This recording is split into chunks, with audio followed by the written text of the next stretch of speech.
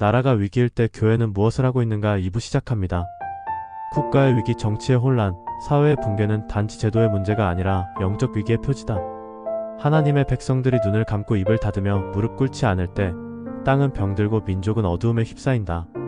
내 백성이 자기들의 악한 길에서 떠나 스스로 낮추고 기도하며 내 얼굴을 찾으면 내가 하늘에서 듣고 그들의 죄를 용서하며 그들의 땅을 고치리라. 역대하 7장 14절 킹제임스 흠정역. 하나님의 약속은 지금도 살아있다. 그러나 그 회복의 시작은 청와대가 아닌 강단에서, 국회가 아닌 기도의 골방에서 시작된다. 교회가 회개하고, 교회가 깨어나고, 교회가 다시 나라와 민족을 품고 무릎 꿇을 때 하나님께서 다시 땅을 고치실 것이다. 국가는 하나님 앞에서 책임지는 제도이며 교회는 그 뜻을 세상에 전하는 기관이다. 교회가 살아야 나라가 살고, 교회가 무릎 꿇어야 민족이 치유된다. 지금은 교회가 말할 때다. 지금은 교회가 외칠 때다. 무엇보다 지금은 교회가 기도할 때다. 교회여, 다시 깨어나야 한다. 오늘날 우리는 교회와 국가의 관계가 모호해진 시대를 살아가고 있다. 한편에서는 정치는 교회와 무관하다며 신앙의 사적 영역만을 강조하고, 또 다른 한편에서는 교회가 지나치게 정치 이념에 치우쳐 복음의 본질을 잃어가는 모습도 있다.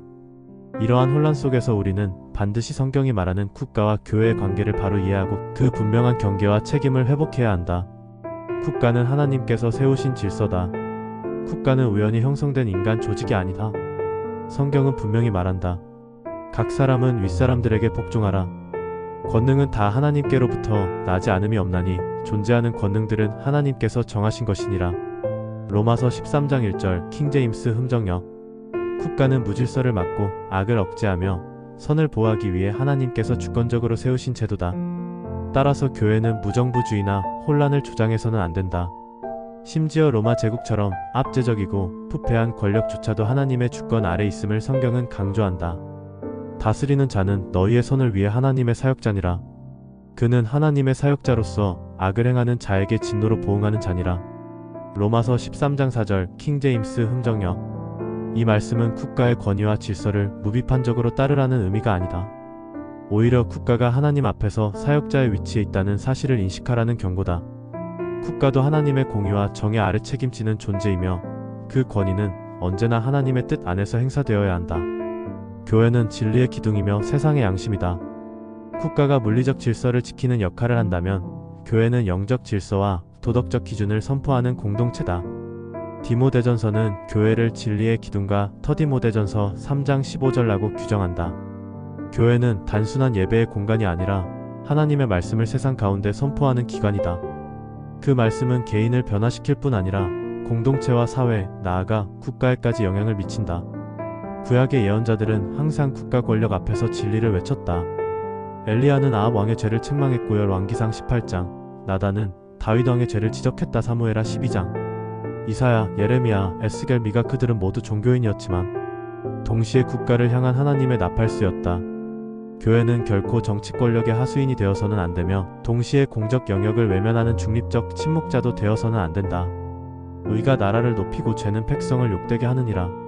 잠언 14장 34절 킹제임스 흠정역. 국가가 타락할 때 교회가 침묵하면 결국 나라는 무너진다. 교회는 말씀을 통해 시대를 분별하고 기도로 국가를 지지하며 필요하다면 진리를 외쳐야 한다. 교회는 순교를 각오하고 진리를 붙들어야 한다. 국가와 교회는 각기 하나님께서 주신 고유한 사명이 있다. 국가는 질서와 보호를 위한 칼을 지녔고 로마서 13장 4절 교회는 생명을 살리는 복음을 지녔다. 그러나 국가가 그 칼을 잘못 사용할 때 교회는 이를 침묵으로 덮어서는 안 된다. 교회는 언제나 진리 편에 서야 하며 그것이 어떤 희생을 부르더라도 외면하지 말아야 한다. 사람들이 너희를 회당에서 내쫓을 때가 오리라. 참으로 너희를 죽이는 자마다 자기가 하나님께 봉사한다고 생각하리라. 요한복음 16장 2절 킹제임스 흠정역. 초대교회는 로마 제국에 충성하지 않았다는 이유로 핍박을 받았다. 그러나 그들은 순교를 각오하고도 황제 숭배를 거부하며 오직 예수 그리스도만이 주로드이심을 외쳤다. 그 신앙 고백은 단순한 종교 선언이 아니라 황제의 절대 권위에 대한 도전이기도 했다. 오늘날 교회는 어떻게 국가를 대해야 하는가? 오늘날 교회는 다시 분별력을 회복해야 한다. 세속 정치에 휘둘리지 말고 복음의 본질을 왜곡하지 말아야 한다. 동시에 교회는 국가를 위한 기도에 무릎을 잃지 말아야 하며 잘못된 정책이나 악법 앞에서는 담대히 경고할 수 있어야 한다. 국가가 생명을 경시하고 가정을 파괴하며 진리를 왜곡할 때 교회는 단호히 말해야 한다. 이것이 주의 뜻이 아니다. 그 외침이 바로 세상을 향한 교회의 빛이며 어두운 시대를 깨우는 소금이다.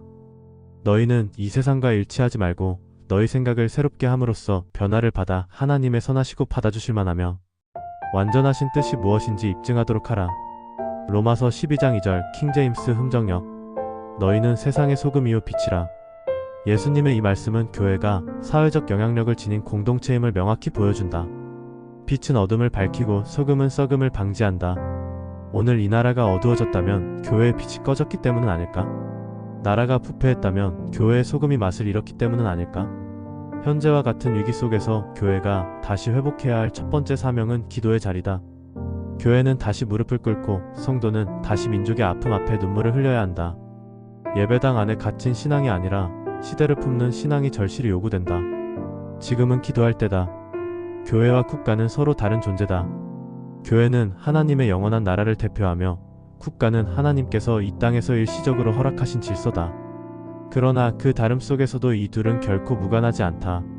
성경은 교회가 세상 속에 존재하되 세상과 구별되며 동시에 세상을 향해 빛과 소금으로 사명을 감당해야 함을 명확히 보여준다. 로마서 13장은 국가 권위에 대한 교회의 태도를 설명한다. 각 사람은 윗사람들에게 복종하라. 권능은 다 하나님께로부터 나지 않음이 없나니 존재하는 권능들은 하나님께서 정하신 것이니라. 로마서 13장 1절 킹제임스 흠정역. 하나님은 무정부주의를 기뻐하지 않으신다. 인간의 타락 이후 하나님은 질서를 주셨고 국가는 그 질서를 유지하는 하나님의 도구가 되었다. 그러나 하나님께서 세우셨다는 것이 곧 그 모든 정부가 하나님 뜻대로 행한다는 의미는 아니다. 역사를 돌아보면 수많은 권력은 하나님을 대적했고 하나님의 백성들을 핍박했다. 바로 이 지점에서 교회는 단순히 순종을 넘어서 시대를 분별해야 할 책무를 갖는다. 예언자들은 왕 앞에서 두려워하지 않았다. 나단은 다윗의 죄를 정면으로 고발했고 사무엘하 12장, 엘리야는 아합의 우상 숭배를 질타했다요 왕기상 18장. 예레미야는 유다의 패역을 통곡으로 외쳤고 스가랴는 백성들의 무감각함을 꾸짖었다. 그들은 모두 국가의 현실에 침묵하지 않았으며 하나님의 말씀을 국가와 왕에게 선포하는 자들이었다. 내가 너를 이날 그 민족들 위에 왕국들 위에 세워 그것들을 뽑고 허물며 멸하고 파괴하고 세우고 심게 하였느니라. 예레미야 1장 10절 킹제임스 흠정역. 하나님은 시대마다 예언자들을 통해 국가를 향해 말씀하셨다. 그 말씀은 회개를 촉구하는 경고였고 멸망 앞에서도 주어지는 마지막 기회였다. 교회가 국가에 침묵할 때 역사는 언제나 파멸을 향해 걸어갔다. 교회는 본질적으로 하나님의 나라를 대표한다. 그것은 단지 예배당 안에서의 종교행위가 아니라 세상 속에서 하나님의 통치를 드러내는 것이다. 교회가 세상에 아무런 영향을 미치지 못한다면 그것은 세상이 강해서가 아니라 교회가 빛과 소금으로서의 사명을 포기했기 때문이다. 너희는 세상의 소금이니 소금이 그 맛을 잃으면 무엇으로 그것을 짜게 하리요. 너희는 세상의 빛이라 산 위에 세운 도시가 숨겨지지 못하리라. 마태복음 5장 1314절 킹제임스 흠정역. 오늘날 많은 교회가 정치와 국가 문제를 세속적이라 여겨거리를 두려한다. 그러나 성경은 결코 그렇게 말하지 않는다. 교회는 국가 권력을 잡기 위한 조직이 아니지만 하나님의 공의와 진리를 세상에 외치는 선지자적 사명을 가진 공동체다. 하나님의 말씀은 개인의 구원만을 위한 것이 아니다. 그 말씀은 공동체, 사회, 국가를 향한 하나님의 뜻을 담고 있다. 예수님께서 공생애를 시작하시며 외치신 첫 말씀이 무엇이었는가? 회개하라. 하늘의 왕국이 가까이 왔느니라. 마태복음 4장 17절 킹제임스 흠정역. 그분의 외침은 단순히 내면의 윤리적 변화만을 말하지 않았다. 그 외침은 로마 제국의 억압과 종교 권력의 부패, 백성들의 무관심과 타협을 깨우는 거룩한 경종이었다. 교회는 그 외침을 오늘의 시대에 다시 이어가야 한다. 특히 한국 교회는 시대의 전환기마다 하나님의 뜻을 분별하고 민족을 위한 기도의 재단을 세웠다. 일제강점기, 전쟁의 폐허, 군부 독재, 산업화의 격동기 속에서 교회는 민족의 눈물이 되었고 하나님의 긍휼을 구하는 기도의 무릎이었다. 그러나 오늘날 그 기도가 사라졌다. 강단에서는 민족과 회개가 사라졌고 성도들의 기도 제목은 점점 더 사사로워졌다. 내 백성이 자기들의 악한 길에서 떠나 스스로 낮추고 기도하며 내 얼굴을 찾으면 내가 하늘에서 듣고 그들의 죄를 용서하며 그들의 땅을 고치리라. 역대하 7장 14절 킹제임스 흥정역. 하나님의 약속은 지금도 유효하다. 고침의 시작은 회개이며 회개의 출발점은 교회의 무릎이다. 교회가 회개하면 하나님은 땅을 고치신다. 교회가 무릎 꿇지 않으면 민족은 병들고 사회는 타락하며 결국 하나님의 심판이 임한다. 오늘의 교회는 다시 나라를 품어야 한다. 침묵이 아닌 외침으로, 중립이 아닌 진리로 세상의 인기보다 하나님의 뜻을 선택해야 한다. 강단에서 진리를 외치고 골방에서 눈물로 기도하며 세상 가운데 말씀을 선포하는 교회만이 하나님의 통치를 드러낼 수 있다. 사람들은 정치는 더럽다고 말하고 교회는 중립을 지켜야 한다고 주장한다. 그러나 성경은 교회가 중립이 아닌 거룩에 속해 있음을 분명히 한다. 거룩은 죄악과 타협하지 않으며 침묵으로 악을 방조하지 않는다. 그분께서 말씀하시기를 너희는 거룩할지니 이는 내가 거룩함이니라. 베드로전서 1장 16절 킹제임스 흥정역. 교회는 거룩하신 하나님의 백성으로서 이 땅의 죄악을 분별하고 국가의 방향을 위해 기도하며 시대를 향해 하나님의 뜻을 선포해야 한다. 그것이 교회가 세상 속에서 존재하는 이유이며 하나님의 나라를 기다리는 신자의 본분이다. 결론, 지금은 교회가 다시 무릎 꿇어야 할 때다. 국가는 하나님의 주권 아래 질서를 유지하는 통치기구이며 교회는 하나님의 말씀을 세상 가운데 드러내는 진리의 등불이다. 이 둘은 기능과 역할이 다르지만 하나님의 섭리 안에서는 결코 분리되지 않는다. 교회가 살아있으면 국가는 바른 방향으로 나아가고 교회가 침묵하면 국가는 어둠 속에 빠진다. 오늘의 한국교회가 바로 그 경계선 위에 서 있다. 역사상 모든 부흥과 민족적 회복은 언제나 교회의 회개와 기도에서 시작되었다.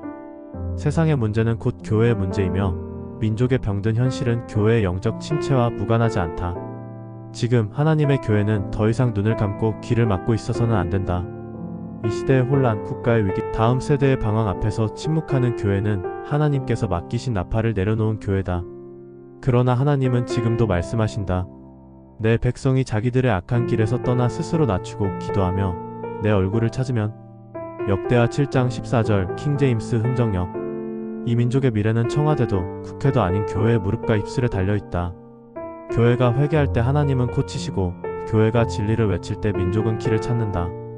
그러므로 지금은 교회가 다시 무릎 꿇을 때다. 하나님의 뜻을 구하며 민족을 위해 우는 자들을 다시 세워야 할 때다.